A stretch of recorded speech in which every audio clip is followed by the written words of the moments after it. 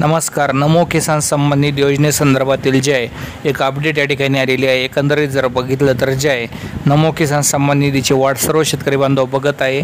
नमो शेतकरी सन्मान निधी योजनेच्या निधीत वाढ करू असे आश्वासन भाजपने निवडणुकींच्या काळात तर दिले होते, पण नुकतेच राज्याचे मुख्यमंत्री देवेंद्र फडणवीस यांनी नमो सन्मान योजनेचा निधी सध्याच्या 6,000 वरून 9,000 रुपये करू असं सांगितलं होतं.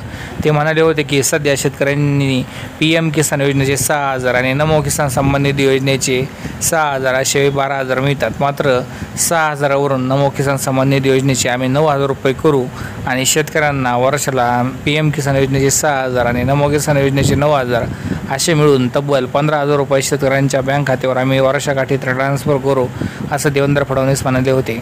मात्र आता प्रतीक्षा आहे की 6वा हप्ता कधी मिळणार. तर नमो किसान सन्मान निधीचा 6वा हप्ता जो आहे सांगितलं जात आहे की 31 मार्चच्या पूर्वी या ठिकाणी मिळणार आहे. 31 मार्च 2025 पूर्वी जे आहे हे पैसे शेतकऱ्यांच्या बँक खात्यावर ट्रान्सफर होऊ शकतात असा अंदाज आहे.